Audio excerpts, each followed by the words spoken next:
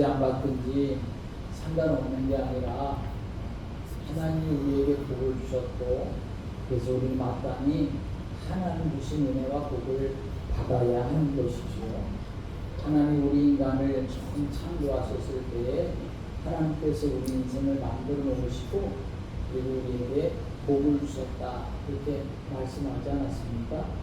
창세기 1장 27절 28절에 말씀하면 하나님이 자기 형상 곧 하나님의 형상대로 사람을 창조하시되 남자와 여자를 창조하시고 하나님이 그들에게 복을 주시며 하나님이 그들에게 이르시되 생육하고 번성하고 땅에 충만하라, 땅을 정복하라, 바다의 물고기와 하늘의 새와 땅에 움직이는 모든 생물을 다스리라 하고 이렇게 말씀하셨습니다.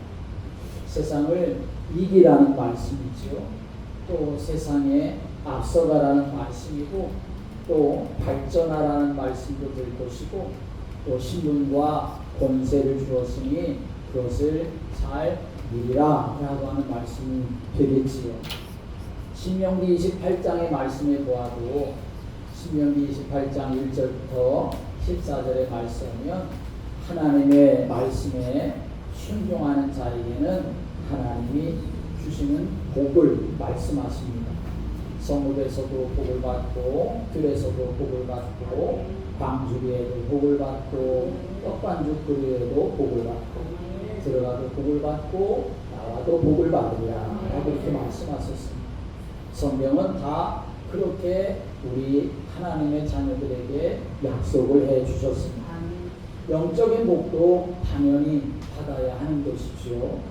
하나님의 자녀로 부름받아 사는 것이 그것으로 끝나는 것이 아니라 하나님의 자녀가 육신적도 또 육신적으로도 경제적으로도 또 건강함에도 또 영적으로도 그렇게 하나님의 은혜와 복을 이 땅에 받아서 그걸 가지고 주님의 나라와 복음을 위해서 삶을 살아가는 그러한 믿음의 성도로 내가 살아가기를 하나님 앞에 기도하고 또 그런 응답의 사람이 되시기를 주님의 이름으로 축복합니다.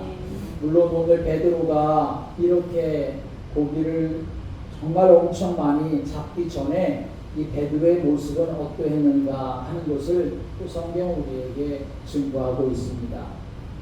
베드로가 이제 예수님 만나기 전에 지금 이렇게 고기를 엄청나게 많이 잡기 전에 베드로가 아무 일도 하고 있지 않았던 것이 아니었지요.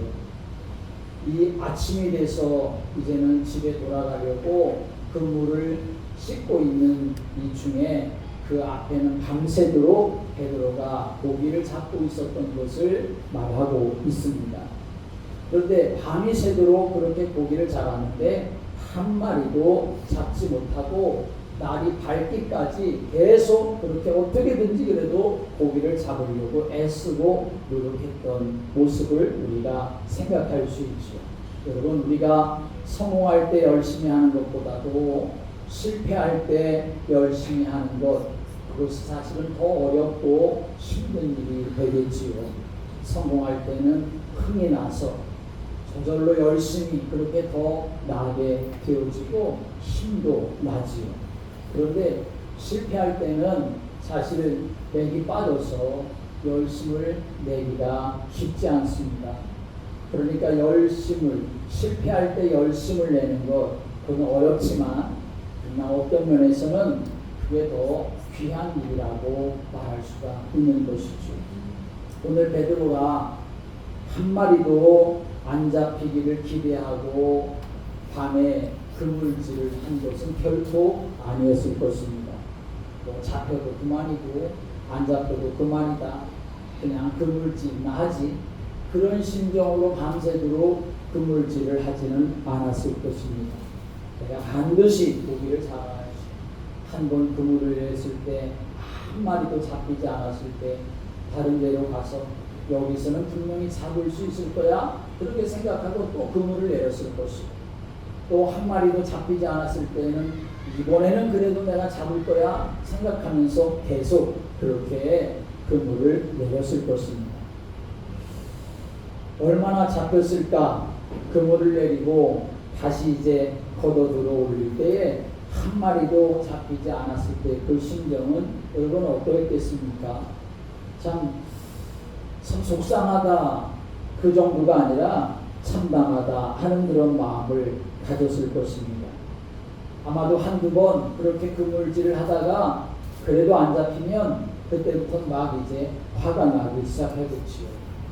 이놈의 물고기들이 도대체 다 어디를 간 거야 하는 마음을 가질 수도 있었을 것이고, 오늘 정말 재수가 없네 사람들이 흔히 말하는 것처럼 그런 생각을 가질 수도 있을 것이고, 날씨 탓을 할 수도 있을 것이고, 아니면 바다를 탓할 수도 있을 것이고, 또 그물을 탓할 수도 있을 것이고, 뭐든지 아무튼 핑계를 대서 자기가 지금 한 마리도 잡지 못한 것에 대해서 그렇게 말할 수가 있겠지요.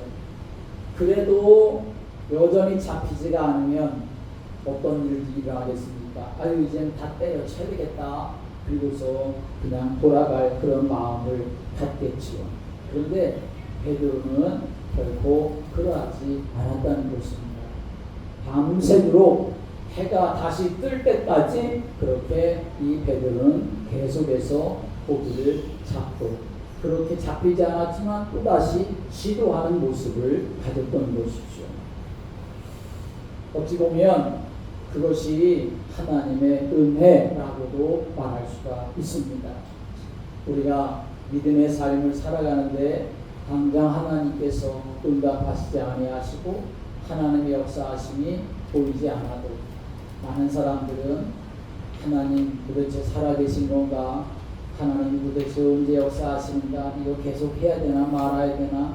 그런 마음을 가질 수도 있고, 또 쉽게 포기할 수도 있지만 여전히 하나님 앞에 무릎 꿇고 기도하고 하나님의 은혜를 구한다고 하는 것은 사람의 의지와 결심으로만이 아니라 이미 하나님의 은혜가 그 사람에게 임하여 있기 때문이라는 사실을 우리는 알아야 하는 것이죠. 오늘만 날이냐라고 하고 가버렸다고 한다면 평생 잊지 못할 바로 오늘의 시간, 지금 예수님을 만나는 그 오늘의 시간이 절대로 베드로에게는 오지 않았을 것입니다. 이거 이제 더 이상 못하겠다라고 그렇게 생각하는 그런 마음을 가지고 떠나버렸다고 한다면 이 베드로는 예수님께로부터 네가 이제부터는 사람 낚는 어부가 되게 하리라 라고 하는 주님 앞에 쓰임받는 그런 인생으로 살아가지를 못했을 것입니다. 지금 한 마리 잡지 못했지만, 지금 실패한 것 같지만, 그러나 베드로는 뭐하고 있었습니까? 실패의 자리에서도 최선을 다하고 있었고, 또 그렇게 하고 있었을 때에 그 자리에 오시는 주님을 만날 수가 있었던 것입니다. 실패한 것 같지만 그 실패 때문에 포기하지 않았던 그 자리에, 실패한 것 같지만 그것 때문에 다른 것에 핑계하거나 탓하지 아니하고 여전히 자기가 해야 할 일을 끊임없이 지속적으로 그렇게 해나가던 그 자리에 바로 누가 오셨느냐? 예수님이 오셨다라고 하는 사실을 우리에게 증거하고 있습니다. 우리는 그럴 수 있습니다. 실패하는 사람을 보고 그것 봐, 그러지 말라고 했잖아, 그렇게 하니까 그렇지 라고 하면서 정죄하기가 쉽습니다. 그것 봐, 내가 해주는 충고를 안 듣더니 참 꼴이 좋구나, 그렇게 비난할 수도 있을 것입니다. 그래가지고 되겠어, 아무리 해봐야 잘 될 턱이 없어, 그렇게 조롱할 수도 있습니다. 여러분, 예수님이 지금 찾아오셨는데, 이런 베드로를 찾아오셨는데 베드로를 왜 모르시겠습니까?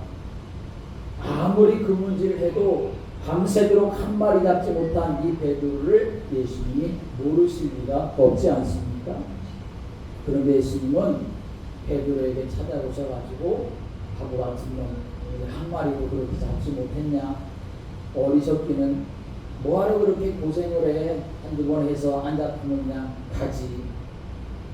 그냥 포기하고 돌아서지 뭘 그렇게 계속 미련하게 해? 예수님은 찾아오셔서 그렇게 말씀하지 않으셨습니다. 베드로가 여전히 자기가 해야 할 일에 대해서 열심을 가지고 열정을 가지고 최선을 다해서 그렇게 일하고 있었을 때에 예수님은 그냥 지나치지 아니하시고 예수님 찾아오셔서 그 빈 배를 가득 채워주시는 역사가 일어나게 되었던 것이죠. 요한계시록 3장 15절 16절에 말씀하면 예수님께서 라오디게아 교회를 향해서 이렇게 말씀하십니다. 내가 네 행위를 아노니 네가 차지도 아니하고 뜨겁지도 아니하도다. 네가 차든지 뜨겁든지 하기를 원하노라. 네가 이같이 미지근하여 뜨겁지도 아니하고 차지도 아니하니 내 입에서 너를 토하여 버리리라 라고 말씀하십니다.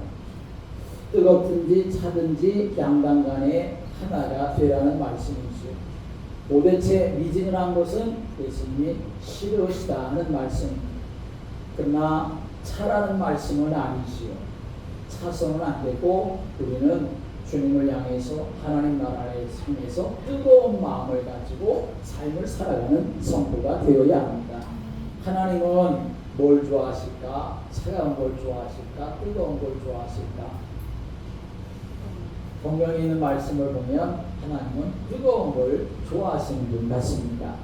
출애굽기 3장 2절의 말씀을 보면 하나님이 모세에게 나타나실 때에 떨기나무 가운데 붙은 불 가운데 하나님이 임하셔서 모세를 만나주시고 모세에게 말씀을 하시지 않았습니까? 요한복음 12장 49절의 말씀 보면 예수님께서 내가 불을 땅에 던지러 왔다라고 이렇게 말씀하시면서 이 불이 붙었으면 좋겠다라고 이렇게 말씀을 하십니다. 사도행전 2장 2절 3절의 말씀 오면 예수님 신청하시고 마가다락방에 모여 있었던 그 120명의 성도들에게 성령이 임하시는데 불에 혀같이 갈라지는 것들이 각 사람 위에 임하였다라고 이렇게 성경은 증거하고 있습니다. 여러분 예수님의 12제자는 예수님과 3년 동안 먹고 잤습니다. 예수님이 행하시는 많은 것들을 보고 예수님이 하시는 말씀을 많이 들었습니다. 예수님이 행하시는 기적도 보았습니다. 병자를 고치고 귀신을 내어쫓고 또 오병이어의 기적을 일으키시는 것도 보았고 또 풍랑을 잔잔케 하시는 그런 역사도 보고 또 죽은 자까지 살리시는 그런 역사를 저희들이 다 보았습니다. 이거보다 대단한 그런 교육이 어디가 있겠습니까? 여러분 같으면 예수님이 지금 나타나셔서 여러분의 문제, 시급한 문제 지금 해결해 주시면 내가 지금부터 죽을 때까지 예수님을 따르겠습니다 라고 이렇게 살지 않겠습니까? 열심히 12제자 다 그런 기적을 봤지요. 그런데 예수님 앞에서 그렇게 놀라운 기적 행하시는 것을 보며 예수님 절대로 떠나지 않겠다고 그렇게 맹세를 했음에도 불구하고 예수님이 잡혀갔으니까 제자들은 다 떠나가고 도망갔던 것을 성경 우리에게 말씀해 주고 있습니다. 우리 인생의 연약한 모습을 그대로 드러내주는 그러한 모습이지요. 그런데 예수님이 이제 십자가에서 죽으시고 부활하시고 또 40일 동안 제자들에게 나타나 보이시고 승천하실 때에 감람산에서 예수님께서 마지막으로 제자들에게 당부하셨던 말씀이 있지요. 너희는 아버지의 약속하신 성령을 받기까지 예루살렘을 떠나지 말아라 라고 한 이 말씀을 이 제자들이 이제 붙잡게 되었습니다. 물론 예수님이 승천하실 때 500여 명의 성도들이 그것을 보았다라고 이렇게 증거하고 있는데 마가다락방에 모인 사람들은 500여 명 전부가 아니라 120명의 사람들이 모이게 되었던 거죠. 그런데 놀라운 사실은 그 마가다락방에 그들이 주님이 약속하신 그 약속을 붙잡고 기도하게 되었을 때에 그들 가운데 성령이 임하시는 역사가 일어나게 되었습니다. 그런데 그렇게 성령이 임하고 성령께서 그들 가운데 역사하게 되어지니까 그때부터 제자들의 삶은 달라졌던 것을 성경 우리에게 증거하고 있습니다. 누가 시키지 않았습니다. 그런데 그들은 복음을 들고 나아가 예수를 전하기를 시작했습니다. 예수님이 그리스도시다. 예수님이 우리의 구원자가 되십니다. 예수님만이 우리를 인도해 가시는 전능하신 하나님이시다 라고 하는 사실을 그때부터 생명 걸고 그리고 나아가서 전하는 사람들이 될 수가 있었습니다.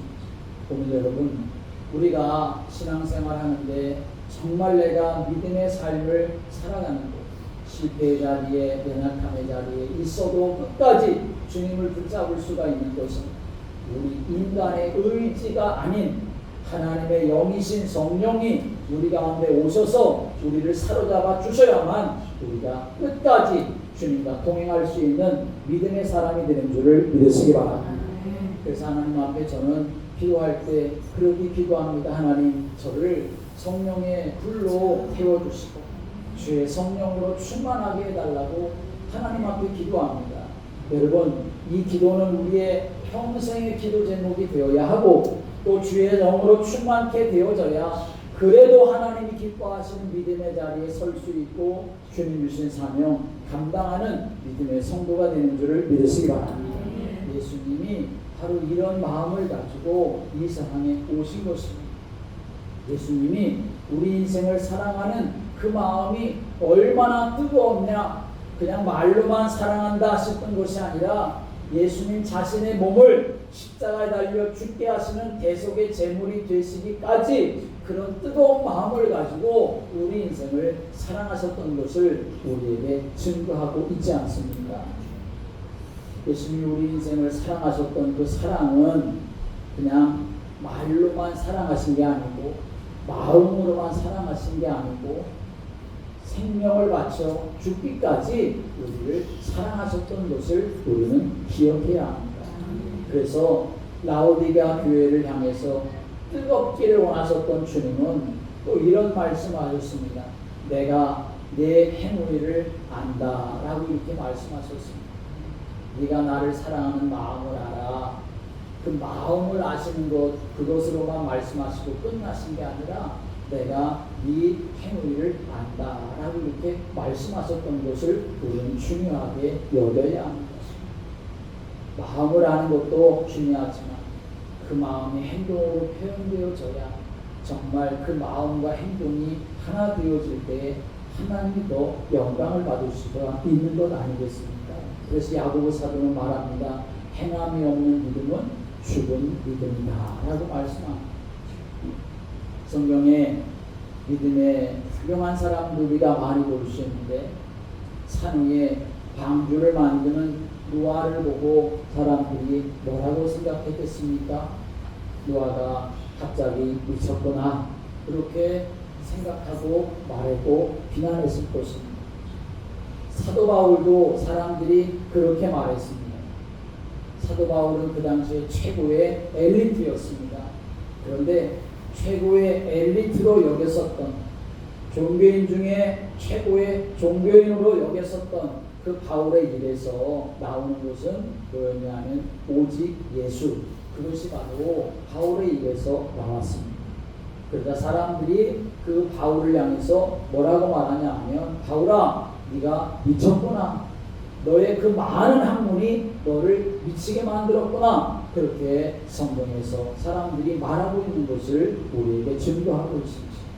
그런데 여러분, 그 예수에게 미친 그 마음, 하나님이 말씀하신 방주를 만들라고 하는 그 말씀 때문에 평생토록 사람들이 뭐라고 해도 방주를 만드는 그 미친 마음, 그 뜨거운 마음, 그 열정 때문에 방주에 미쳤던 노아 때문에, 예수에 미쳤던 바울 때문에 세상이 살고 로마가 복음화되어지고 지금 우리에게까지 주의 복음이 들어와 우리를 구원하는 하나님의 은혜가 된 줄을 믿으시기 바랍니다. 오늘 우리는 믿음의 삶을 살아가면서 정말 우리가 하나님의 은혜로 우리의 심령이 가득 채워지는 믿음의 사람이 되어지고 사는 사람이 되고 살리는 사람이 되려면 먼저는 우리가 예수님을 우리 안에 항상 모시고 살아가는 자가 되어야 함을 우리는 잊어버리지 말아야 합니다. 내 인생의 배에, 내 심령에 예수님을 모셔야 하는 거죠. 베드로처럼 사람이신 예수님이 눈에 보이게 지금 우리 앞에 오신다고 하면 아마 예수님 모시기가 너무나 쉬울 겁니다. 예수님이 지금 우리의 육신의 모습처럼 이 앞에 계시다고 한다면 예수님 뭐라고 말씀하시죠? 말씀해 주십시오. 가르쳐 주십시오. 하면서 그 예수님 앞에서 우리의 몸과 마음이 항상 그렇게 준비되어지고 또 정말 예의 바르게 그렇게 믿음의 삶을 살아가는 모습을 갖겠지요. 그런데 지금 이 시대는 그렇지가 않지요. 예수님이 어떤 모습으로 그리고 언제 오시는지 알 수가 없습니다. 물론 예수님은 이미 예수님을 믿는 그러한 사람들 안에 성령으로 와 계시지만 사실 우리가 예수님은 항상 눈에 보이듯이 예수님 옆에 계신 듯이 그렇게 우리가 살아가기가 너무나 어렵고 또 잘 안 되는 모습을 우리가 많이 볼 수가 있지요. 그렇다면 우리는 어떻게 해야 예수님을 정말 내 안에 모시고 내 삶의 주인으로 모시며 내 옆에 계신 것처럼 그렇게 내가 삶을 살아갈 수가 있겠느냐 하는 것입니다. 오늘 우리는 베드로를 통해서 그것을 잘 깨달아야 되는데 오늘 이 베드로는 자신의 배를 예수님께 드리고 자신의 시간을 예수님께 드렸다 하는 사실을 우리는 먼저 보아야 합니다. 지금 베드로가 밤새도록 고기를 잡았지만 한 마리도 잡지 못하고 해가 떠서 이젠 집에 돌아가야 되는데 돌아가기 전에 그물을 정리하고 있었다라고 말씀합니다. 이제는 작업이 다 끝난 것 아닙니까? 그물 정리만 하면 이제 돌아가야 하는 그런 시간이었던 것이죠.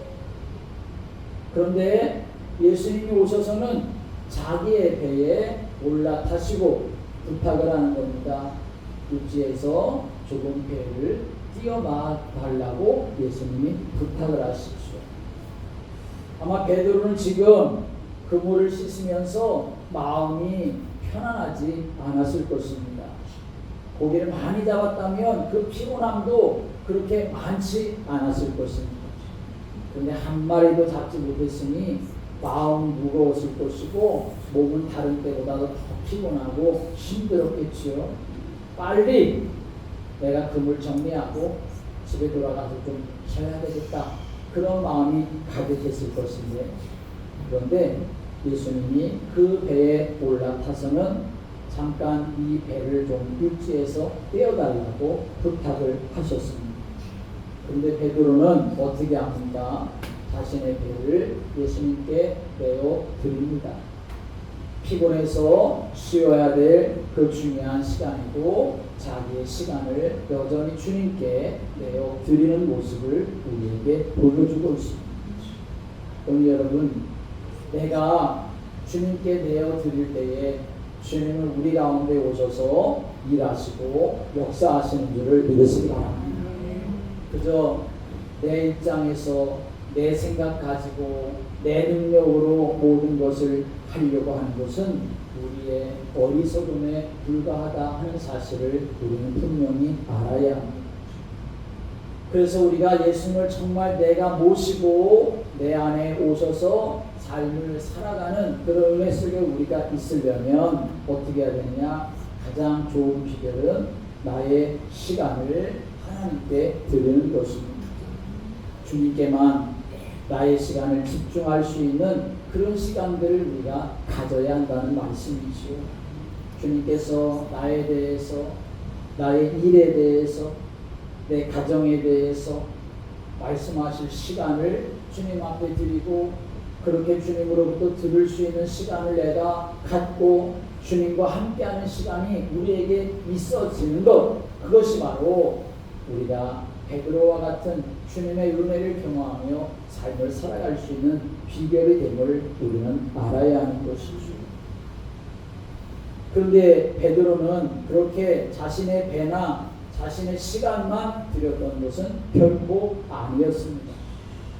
참 또 중요한 것은 무엇이냐면 예수님의 그 하시는 말씀을 듣고 그 말씀에 순종하는 자가 되었다 하는 것이죠.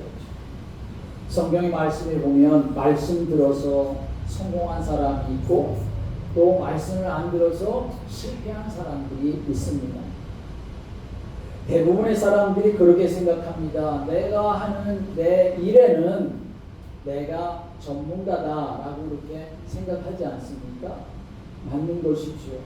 또 그래야만 하는 것이죠. 여러분이 하는 일에 여러분이 전문가가 되어주는 것은 너무나 당연한 것이고 잘하는 것입니다. 그런데 문제는 뭡니까? 자기가 가지고 있는 믿음과 기도를 자기가 하는 일에 보조 수단으로 삼고 살아가는 사람들이 너무나 많다라고 하는 것입니다. 그러니까 주님에 대해서도 어떻게 생각하시냐면 내일은 내가 주체가 되어야 되고 주님은 내 곁에서 내가 하는 일에 조수 정도가 되기를 바라는 그런 마음을 가지고 살아가고 신앙생활도 그렇게 하는 모습이 너무나 많다는 것입니다. 주님이 빨리 가라라고 하면 왜 빨리 가라고 하냐고 야단치고 주님이 좀 천천히 가라 하면 왜 급한데 천천히 가라고 하냐고 그렇게 야단치고 주님을 자기에게 맞춰 가지고 그렇게 신앙생활하는 모습이 너무나 많이 있는 것이죠. 그럼 베드로를 생각해 보십시오. 베드로는 갈릴리 바다에서 또 어렸을 때부터 지금까지 평생토록 고기를 잡던 사람이었습니다. 베드로는 그러니까 어부로서는 전문가의 모습을 가지고 있었던 사람이었습니다. 그 갈릴리 바다의 게네사렛 호수에 날씨가 어떤지 시간이 어떤지 장소가 어떤지 그것에 따라서 어디쯤 가면 언제쯤이면 고기를 많이 잡을 수 있을 거야. 그런 경험이 많았던 사람이었기 때문에 고기 잡는 데는 전문가라고 말할 수 있죠. 그런데 오늘처럼 밤이 맞도록 수고를 해도 사실은 잡지 못하는 때가 있었음을 우리에게 말씀하고 있습니다. 왜냐하면 고기를 잡아야 할 물속은 전혀 들여다볼 수가 없기 때문에 그랬던 것이죠. 사람이 가진 전문성이라고 하는 것, 내가 가진 경험이라고 하는 것, 내가 가진 지식이라고 하는 것, 바로 그런 것이라는 것을 우리는 하나님 앞에서 인정하는 사람이 되어야 합니다. 물론 예상을 할 수가 있습니다. 그런데 그 예상도 빗나갈 때가 많이 있지요. 사람은 자기가 가진 경험이 많을 수 있고 지식이 많을 수 있지만 그러나 사실 하나님처럼 전지전능한 존재는 결코 될 수가 없다 하는 것입니다. 사람이 아무리 전문가라 하더라도 하나님 만나는 길을 낼 수가 없는 것이고 사람이 아무리 전문가라 하더라도 인생의 지혜를 살줄 수가 없는 것이고 사람이 아무리 대단한 능력을 가진 전문가라 하더라도 마귀의 일은 결코 이길 수가 없는 것이죠. 오직 우리 예수 그리스도만 우리 인생을 살리는 영원하고도 완전한 영적인 전문가가 되는 줄을 믿으시기 바랍니다. 그러므로 우리는 예수님을 내 안에 영접하고 그리고 내가 예수님에게 나의 시간과 나의 배를 드리는 삶을 드리는 모습이 있어야 하는 것이고 더 중요한 것은 내가 주인이 아니라 주님이 주인이라고 하는 이 믿음을 가지고 주님 앞에 은혜 구하며 삶을 살아가는 성도가 되어야 그 인생이 승리하고 회복되는 역사가 일어나게 되는 줄을 믿으시기 바랍니다. 예수님은 베드로가 금을 던질 부분에 물고기가 바글바글하게 모이게 하셨고 베드로가 금을 던지는 순간 그 물속으로 그 물고기들이 싹 들어오게 하셨기 때문에 이런 역사가 일어난 것을 우리가 생각해 볼 수가 있지 않겠습니까? 예수님이 미리 다 그렇게 준비해 놓으시고 그리고 베드로에게 그물을 내리라고 하셨기 때문에 그렇게 그물에 고기들이 가득 찰 수가 있었던 것이죠. 고기들이 그렇게 한 게 아니고 베드로가 그렇게 한 게 아니고 예수님이 그렇게 하셨던 것입니다. 오늘 여러분, 우리의 인생에도 예수님이 그렇게 해주셔야 우리 인생이 복될 수가 있는 것이죠. 그런 걸 우리는 항상 기억하고 깨달아야 합니다. 예수님이 해주시는 인생이 되게 해주세요. 예수님이 해주시는 교회가 되게 해주세요. 예수님이 해주시는 내 직장이 되고 사업이 되게 해주시고 내 인생이 되게 해주세요. 그렇게 하나님 앞에 기도하는 것이 우리가 사는 길임을 믿으시기 바랍니다. 이 베드로는 오늘 예수님이 하시는 그 말씀을 들었습니다. 그리고 그 말씀을 그대로 순종했기 때문에 오늘 이 베드로는 놀라운 하나님의 기적을 체험할 수가 있었던 것이죠. 성경을 보면 말씀을 들어서 성공한 사람이 있고 말씀을 듣지 않아서 실패한 사람이 있지 않습니까? 대표적인 사람이 바로 아담과 하와이지 않습니까? 하나님은 선악을 알게 하는 그 선악과 따먹는 날에는 정령 주리라 그렇게 말씀하시는 그 말씀을 분명히 들었습니다.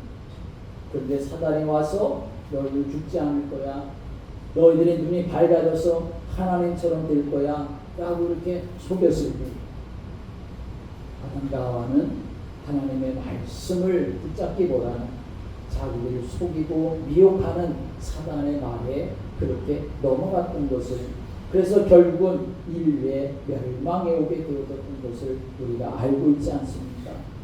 그런데 또 하나님의 말씀을 순종하여 하나님의 큰 은혜와 복을 받은 사람도 성경에 증거하고 있습니다. 대표적인 사람이 이삭이라고 할 수 있습니다. 창세기 26장의 말씀 보면 이삭이 살던 땅에 흉년이 찾아왔습니다. 아버지 아브라함에게 자기 집에서 기르는 군사 318명이 있을 정도로 정말 그 집안은 대단한 직원이었고 식구가 얼마나 많았겠습니까? 그런데 흉년이 왔으니 더 큰 어려움을 당하고 있었을 때, 그런데 소식이 들려오기를 애굽 땅에는 먹을 것이 많다라고 하는 소식이 들려오게 되었던 것이죠. 그래서 이 이삭이 그랄 땅으로 가서 그랄 왕에게 인사를 합니다. 이제 애굽으로 내가 이사를 하려고 하는데 잘 좀 봐달라 한 그런 정도의 내용들이었겠지요. 그리고 이제 갈 준비를 다 했습니다. 그리고 내일이면 이제 떠나게 될 텐데 그날 밤에 하나님 앞에 그래도 어떻게 해야 될지 하나님 앞에 기도했겠지요. 그런데 하나님께서 이삭에게 하시는 말씀입니다. 이삭아, 그리로 가지 말아라.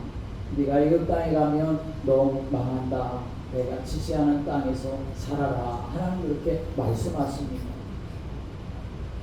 이삭이 하나님 말씀하시는 바에 그대로 순종하게 되었죠.